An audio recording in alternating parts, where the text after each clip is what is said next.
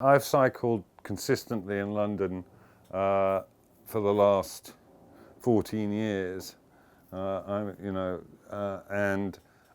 the big upsurge in cycling use, and this gives you an insight into what cities are really like, came after the 7/7 bombings.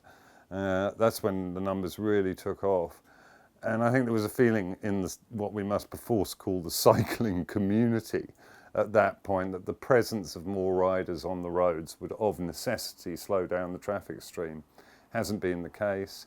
Some cyclists have become these kind of lycra warriors, or what Ian Sinclair calls the raging peloton, and it's true, they are obnoxious actually, and they see themselves in contention for road space in an active way.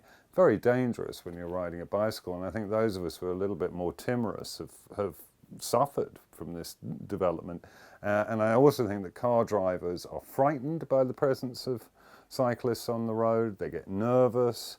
So my feeling is the problem is shared road use, and the problem is too many vehicles in central London. I mean, this latest proposal to limit lorry traffic in the day is the best thing that I've heard in terms of roads policy for a long time now, because what we essentially need to move towards is far fewer motor vehicles in central London in daylight hours. I mean, the whole situation is just, I mean, London should be a great cycling city. There's no reason why not. It's a comparatively green city in terms of open spaces.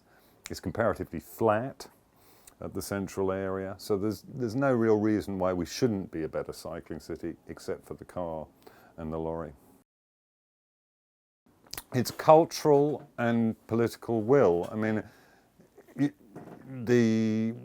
need to go right back to the Wilson and Heath governments of the 1960s to understand, and the Beeching report and the grubbing up of overground railways and the success of the road haulage lobby in pushing us towards more road infrastructure, and that even in urban context is still felt. The other one is an even deeper kind of weird cultural attitude that a lot of people aren't really aware of in Britain, which is per capita, British families spend far more on cars than any other Western European nation. It's a bit of a surprise, you wouldn't have thought it, but even low-income households spend, I think the figures are anything up to 10-15% of their annual income is effectively disposed of on cars, sometimes much more.